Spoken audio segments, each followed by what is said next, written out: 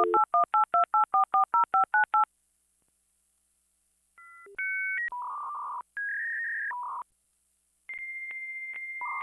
I'm Cynthia Murphy.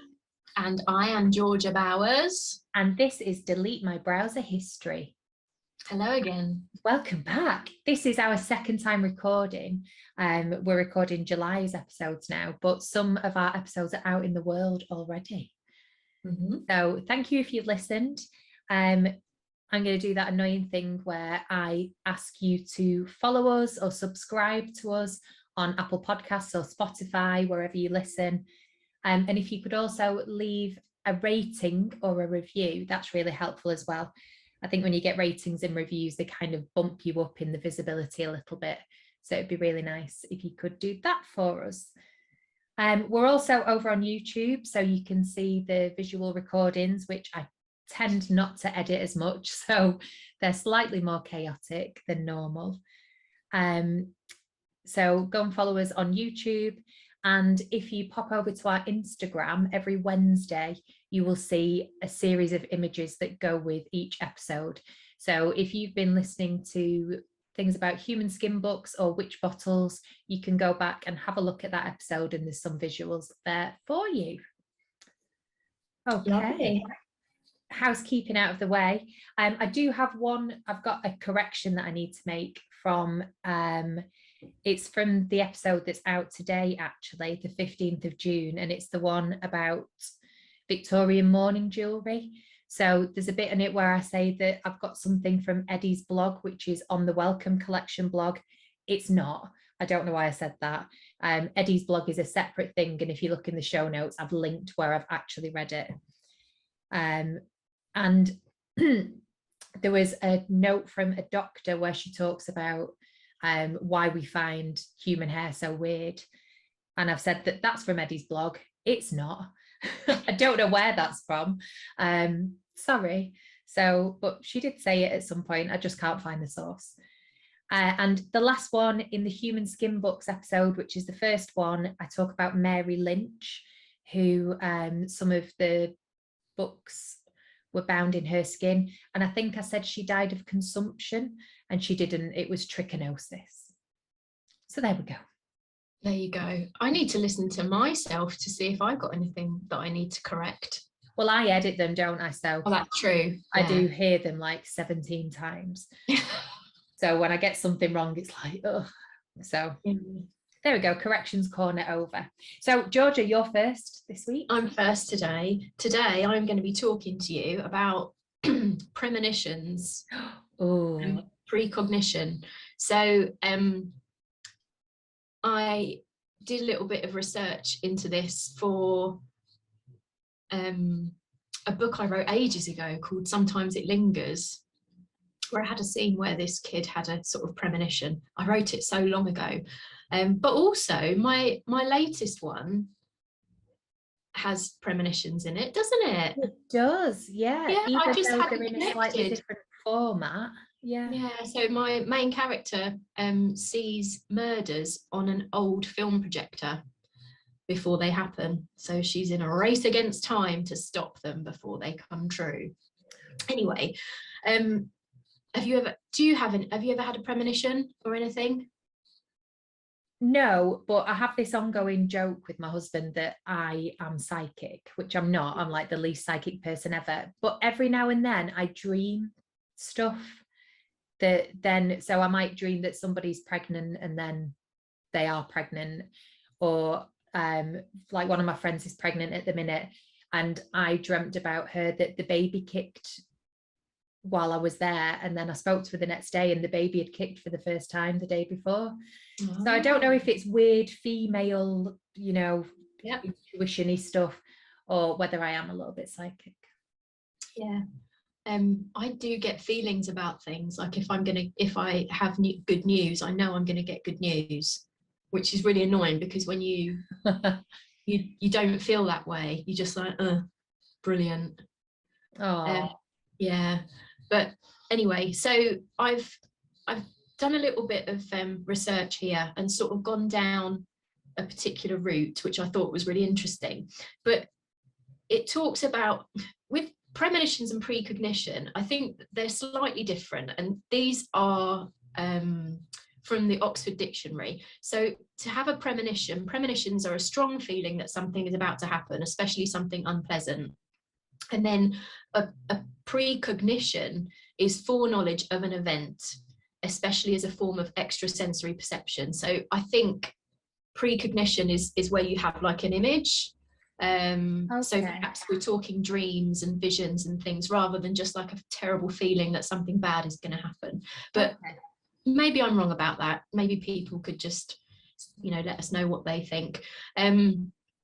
So famous premonitions, some of these are a bit sketchy, like those sort of stories you hear that you've heard them so many times, people assume they're true, but you don't know whether they are. So, but I think there's some truth in them. So apparently JFK, he knew he had this thing. He was quite obsessed with death and with his own death because of what his family had been through, I think. And apparently he said to his wife, not long before he was assassinated, "But Jackie, if somebody wants to shoot me from a window with a rifle, nobody can stop it. So why worry about it?" Oh, that's very specific. Yeah, and also being president, it would be probably on your mind quite a lot. Yeah, but also being the president's wife, not really the sort of thing you want to hear, is it, from your husband? Definitely not. I don't know if he's on your list, but apparently Abraham Lincoln used to have. Oh, okay. Next. Someone close, again, this one's a bit sketchy, but someone close to Lincoln apparently shared details of a dream that that Lincoln had had just before, a few days before his death. He apparently, in the dream, the president walked into a room in the White House where he saw a body on the ground surrounded by a mourning crowd. Lincoln asked someone who had died, and they said, "The president, he was killed by an assassin." So that was his dream. And then not long after that, that's what happened to him. But as you say, if you're president, it kind of maybe comes with the territory a little bit. So it's something you're thinking about maybe all the time. Yeah, definitely. And then another one, this is really sad. Sharon Tate, apparently 2 years before she was murdered, she was in the bedroom at her boyfriend's house and had just was overcome by this awful feeling that she couldn't shake. She tried to get to sleep when suddenly a man came into her room. It was the house's former owner, who was called Paul Byrne, but Paul had committed suicide several years earlier. She was so scared that she ran out of her room and down the stairs, but she saw an even worse sight of someone with their throat slashed on the stairs. She tried to calm herself down, but she just couldn't shake the images. And she seemed to be awake for all of this, but then over the next few years, she just became convinced that she was the victim on the stairs. Oh, that's really sad. I know, it is really sad. I've got a few. I mean, if you search for weird premonitions and stuff on Google, you would just get lost down a rabbit hole. But I've got a few here that I thought I would share. So these are from various places. I'll send you all the links, of course, Reddit and BuzzFeed. This one, my nan once had a dream about a woman standing at the end of her bed telling her to move my mum and aunt out of the room. She had the dream for 3 nights before she finally told them. The next night, the roof over their bedroom collapsed and a massive beam dropped right across their beds. When she described the messenger to my dad, it turned out the woman was his mother, who died when he was young. Oh my God. Yeah. I love stories like that. Yeah, I know. Yeah. I had this next one. This is from Reddit. I had an extremely disturbing dream which had elements that I felt meant my husband was in imminent danger. I begged him not to go to work that morning because it was his last day at that job, but he wasn't one to call off work, so he went, and less than an hour later, he was killed in an accident. Oh no. Oh yeah. And I've got another one here. Oh, this is one about this guy. He has, right, I have had a recurring dream since I was about 8 years old that I will be shot and killed in a mall when I'm 37 years old. It's very specific, but the mall looks completely unfamiliar to any mall in this. The word mall sounds really weird every time I say it. Mall, in a city where I have lived my entire life. I'm now 32 with a 2.5-year-old daughter. I have the same dream, sometimes only once a year, sometimes multiple times a month. I never go to any mall. I don't trust the age thing, but I certainly won't visit a single mall when I'm 37. It scares the crap out of me. And then he says, I'll report back in 5 years if I'm not dead. Oh no. I know, so Oh, imagine just having such a vivid like yeah. thing that you just avoid going to that place, and it's happening to him so, like over and over and over. Do you have any recurring dreams? No, I've never had any recurring dreams. I Not have any. one. What happened? I get in a lift and it snaps, and the lift is like swinging and I have to try and jump out. Oh, And I'm not frightened of lifts in real life, but it's one like it'll wake me up. It's terrifying. And it's that thing of I have to like push myself back against the wall or try and jump, and it never plummets, it just snaps and swings, and it's terrifying, and I have it all the time. It's a really strange one. Since when? Have you been having it your whole life? Probably as an adult anyway, for as long as I can remember. Yeah. And because it's one of those, I'll wake up and be like, oh, I had the lift dream. You know, it's a really, I don't know if it's one of those things that when I'm feeling a bit off kilter in life, and that's how it manifests, but I can still get in a lift. It doesn't bother me. But the thought of that happening is really scary. Yeah, it's weird, isn't it? So I hope that's not a premonition. No, I hope not as well, Cynthia. I've got another one here. During the Second World War, a lady called Mona Miller and her children were evacuated to Devon.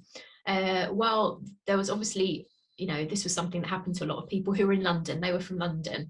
Mona could not shake the feeling that she and her children were in the wrong place. For 4 months, she spent each day in Devon with a little voice telling her that she should go back to London, even though she knew London was being bombed and was a dangerous place to be for her family. One morning she woke up and she just couldn't ignore the feeling anymore.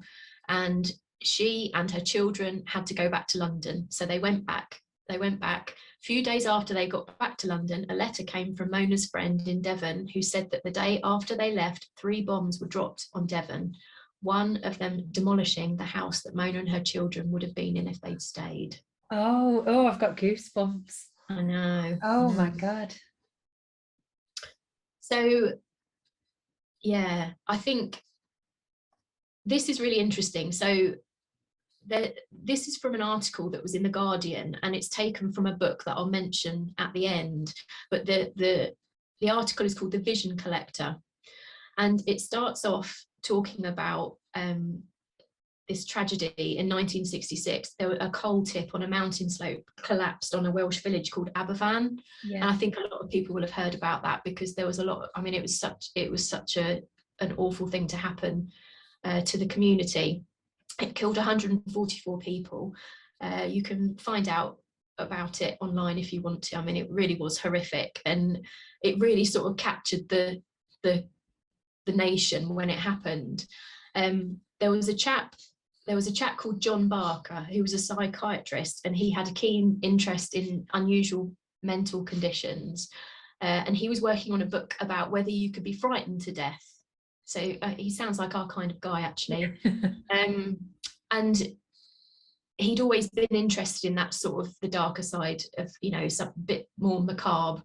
And apparently a child had survived the what had happened, but then later on he'd died from shock, apparently, in the hospital. So that's why he was there. But obviously he knew that it wasn't, he couldn't speak to the families about this sort of thing anyway. So it got him thinking about the whole thing and what had happened. But he was very respectful, and he spoke to some of the families that were there, and he just sort of kept a respectful distance. And he was always interested in the idea of precognition from a science background, but he was also a member of the Britain's Society for Psychical Research. And when he was speaking to bereaved families, some of them talked about dreams or portents of the incident that they'd had before it happened.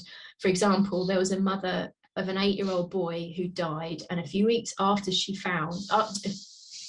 sorry, can you hear all of that? Yeah. Can you hear what's going on in background? Oh, no. Okay, that's fine. Yeah, sorry. So a few weeks after, she found a drawing that her son had done, and it was a drawing of lots of figures digging on the hillside with the words "the end" under it.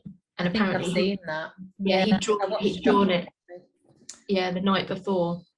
So this chap, John Barker, he decided to conduct a study, and with the help of the science editor from the Evening Standard, he asked the public to come forward if they'd had a premonition about the disaster, like if they'd had a vivid dream or some kind of telepath.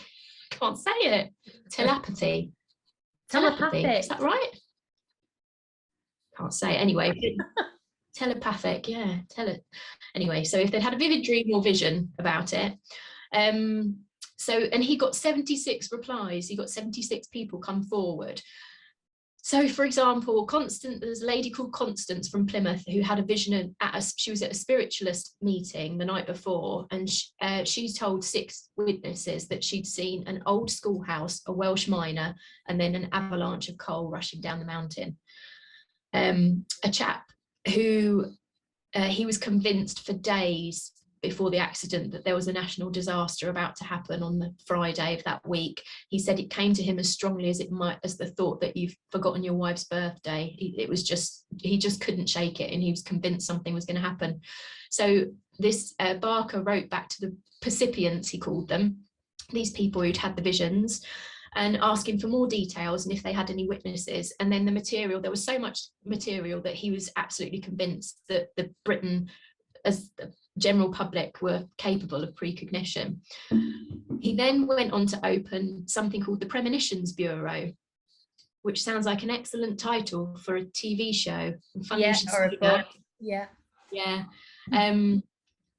So people could send in their dreams and forebodings, which would then be collated, and they'd compare them with what was going on in the world. And he had like a point scoring system to sort of see how accurate they were.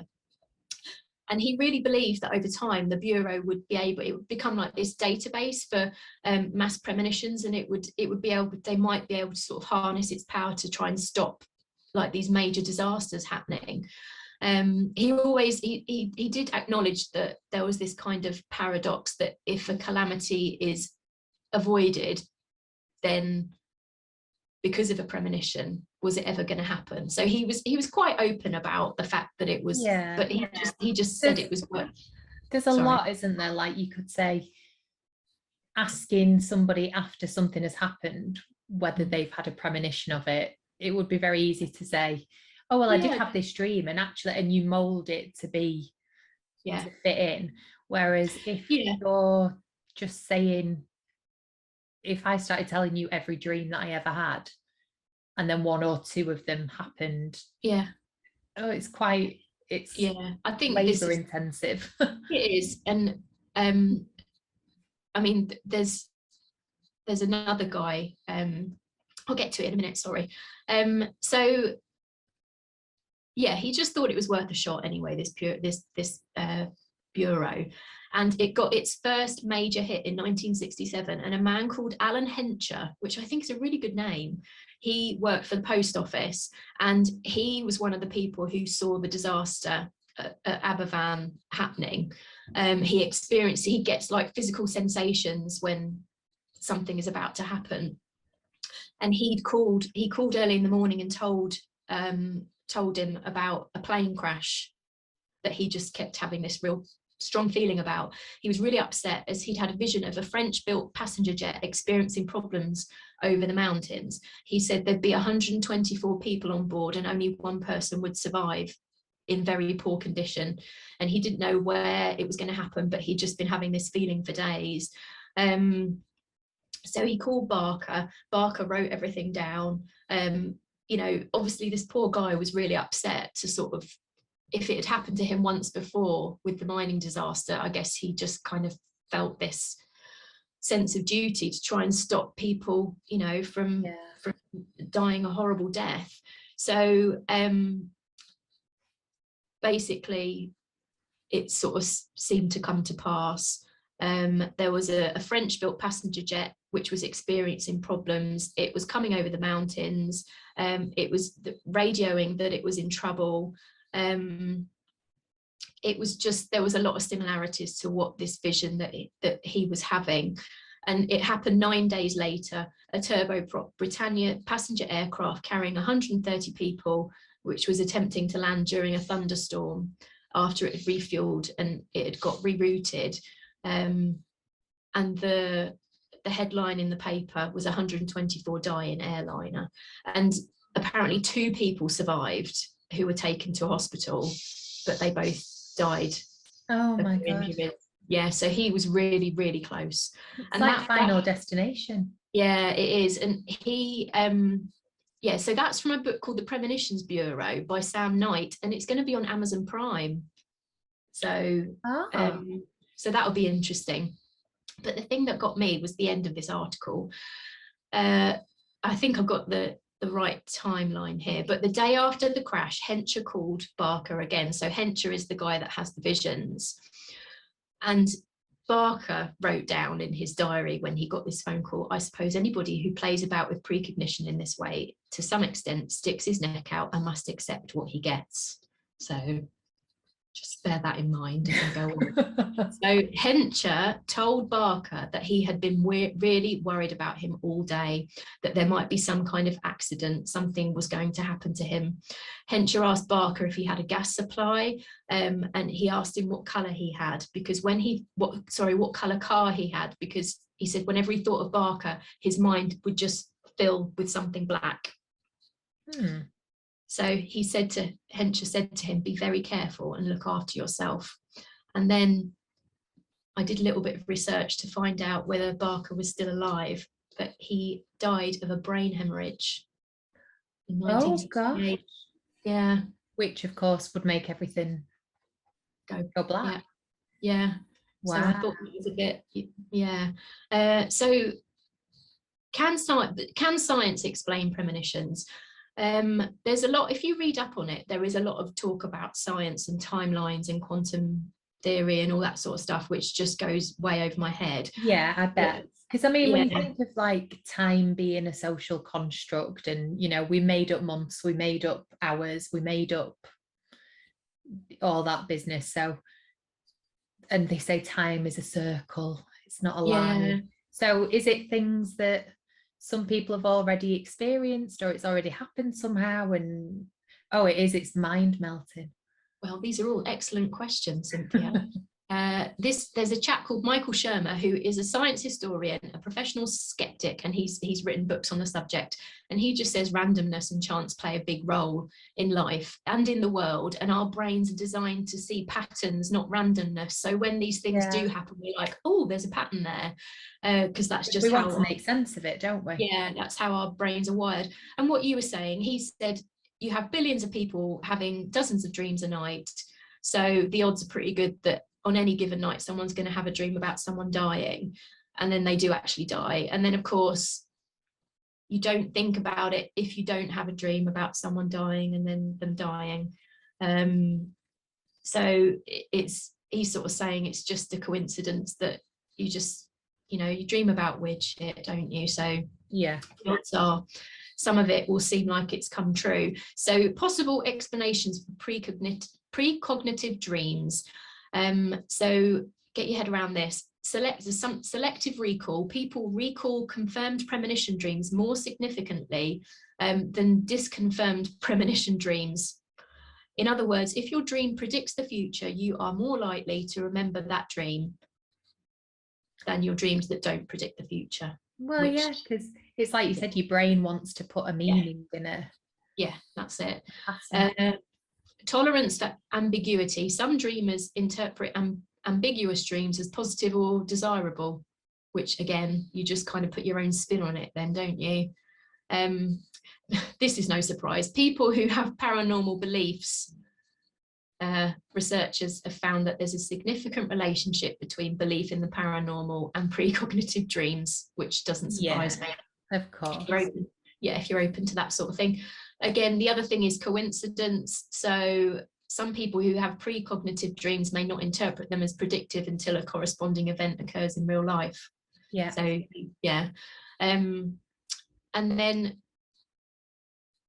the last thing that the other thing is subconscious connections. So they hypothesize that we dream to process our memories and emotions, and as a result, events that you experience during the day may stick with your subconscious. Yes. So like dream, yeah. So, and it makes sense, doesn't it? So you can kind of explain it away that way. But some of these experiences that people have had and some of their vivid dreams are so like bang on, but I suppose you can only believe what they're telling you, really. Well, this is it. I mean, it would change your mind if you had a really vivid dream that seemed out of place, because like I was saying before, I will dream about a friend or a family member, so I'll remember those dreams. So then, you know, you might put more meaning on those than there actually is. But if I woke up and I'd remembered something about like a big catastrophic event and it was completely out of the norm for what I would normally remember, and then it happened, you know, you could be told, well, out of the billions of people in the world, one person was going to dream about it. But if it was you who had done it, you would be completely, you know, of course you've premonitioned it, because what other explanation could there be? You know, it's a very personal thing, isn't it? I think so. So one of my relatives, when he was a little boy, this is a long time ago, his parents had gone out for the night and left him with babysitter. And when they came home, you know, how's he been? He's been fine. He's been asleep, blah, blah, blah. So babysitter left and they kind of got on with the rest of their night. They went up to check on him and he'd gone. He wasn't in his bed and he was very young. He was only about 8 or 9 or something. And obviously they freaked out and they went out looking for him. And they found him walking down the road in his pajamas. And he was still like, you know, sleepwalking, sort of in a bit of a dream state. And they caught up with him and they said, oh, you know, where are you going? What, you've got to come back and get into bed. Where are you going? And he said, I'm going to see Granddad. So they all went home together and the phone rang and they answered the phone and Granddad had just died. Oh my God. Dun, dun, dun. See, that's crazy. Yeah, and that, like I said, that's like a little family. It's not a legend, it's true. Yeah. So anyway, but they do say that it's important to realize that if you have a premonition about death, that it doesn't always mean that someone is going to die. It could just mean that there's like the end of something in your life is coming. You know, you're being reborn, or you know, it's time to start a new job or something like that. So yeah, that's me. Fantastic. Okay, so I am going to change it up completely. Yours was very sciencey. Mine is a bit more folklore. So I am going to tell you about La Pascualita. And I am so sorry that I've just said that completely wrong, I'm sure, but you know, I'm trying my best. So this mainly comes from Astonishing Legends. So this is a story that I came across. I can't remember when I came across it, but it was kind of the opposite. I didn't research it because I was writing about it. I came across it and I planned to write something based on it because it just really caught my attention. So I've started off. Let me take you to the city of Chihuahua in Mexico. There, if you visit the corner of Ocampo and Victoria Streets and step inside a small bridal shop called La Popular, this is the home of La Pascualita. So on March the 25th in 1930, so like 92 years ago, a mannequin was placed into the window of the shop La Popular.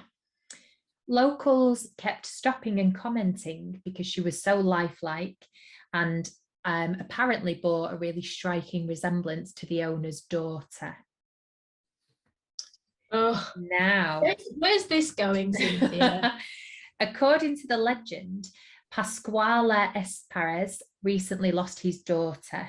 So she had died, and there's various legends, but the most common was that she was bitten by a black widow on the morning of her wedding. So mad with grief, he embalmed her, put her in a dress that she would never wear, and put her in the window. So it's never been confirmed. And it's just lots of folklore. So the thing is, when you see this dummy, and I'll put pictures on Instagram, you like when you look at it close up, it has veins. Oh. It's got veins in the eyes. Its fingernails are so realistic, and it reminded me of the film House of Wax. Oh yeah. Yeah, I watched it recently actually. Paris Hilton wasn't that bad in it actually. I think she got a bit of an unfair rap at the time. But it was House of Wax. It looks like a person, and it just looks so realistic. The eyelashes, the eyebrows, it doesn't look like a mannequin.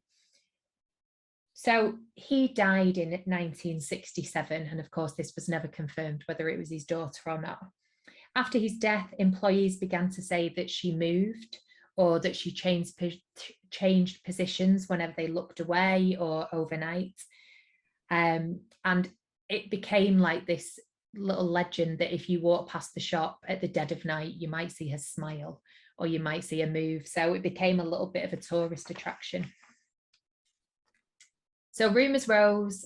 Police investigated, because obviously it would be illegal if he embalmed his daughter and put her on display in the window.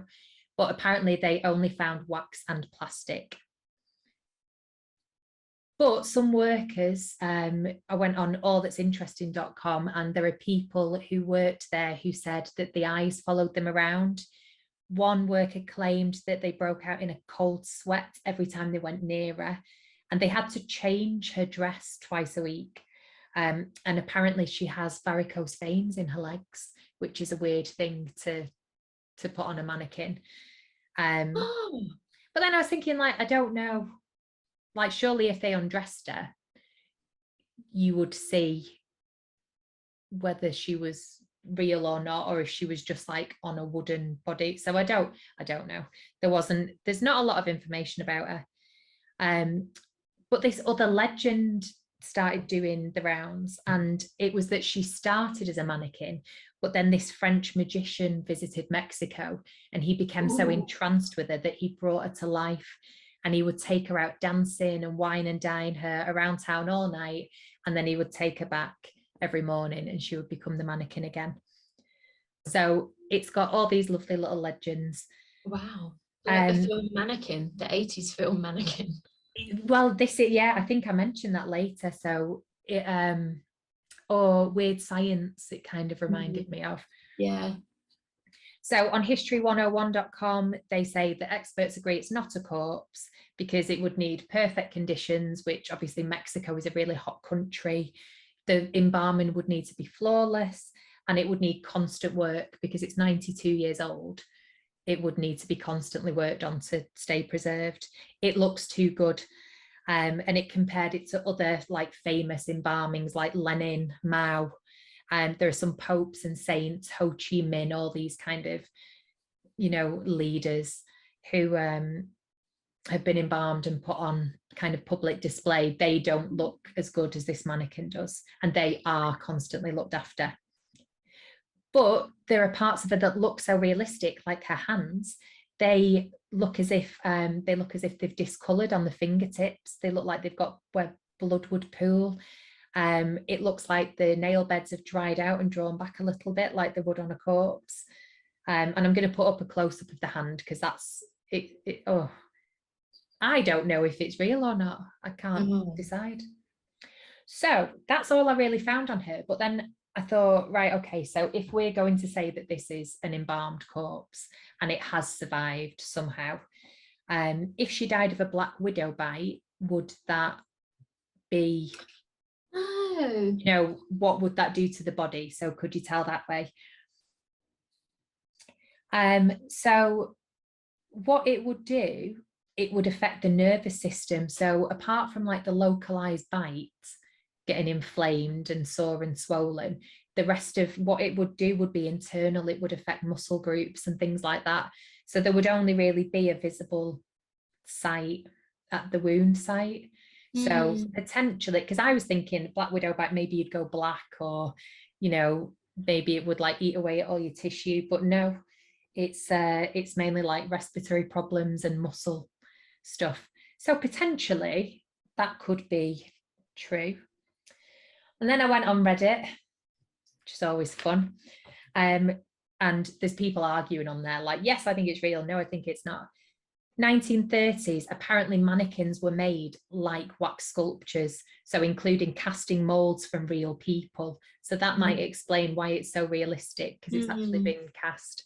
But then we've got other people going, no, well, the fingertips show livor mortis, which is where blood pools.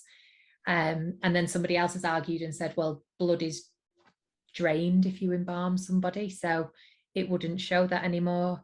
But well, then yeah, if people you're are embalming saying, them in a normal situation, this doesn't sound like a normal situation to no, me. exactly. So it might not have been done properly. But then if No. it's not done properly, would it have survived? And someone said then, so why would you put veins on a mannequin in the hands and legs? And then somebody said maybe the extremities were preserved and it's on like a wooden torso. So maybe it's the head and arms and legs are real and the rest of it isn't. A mortician in training says, nope, it's not real. And then one fact that I found, which I thought was really cool, was some brides will go to the shop and they will only buy the dress that she is dressed in on that day because it's meant to be good luck. I don't know why. Oh my goodness. But there you go. So there are some incorruptible bodies. So Saint Bernadette is one. Apparently her body didn't decay the way it should have done. But she is on display now and she has got a wax face cast. So she looks kind of similar.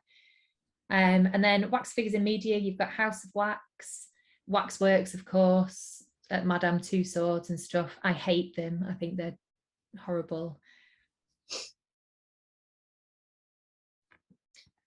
Just want to know, why did he put it in the window? I know, because he was mad with grief, apparently. There's not a lot about it. No. Interesting. It is. It's weird, isn't it? So sorry about that. And see you next week. Yeah, see you next time. Browser history deleted.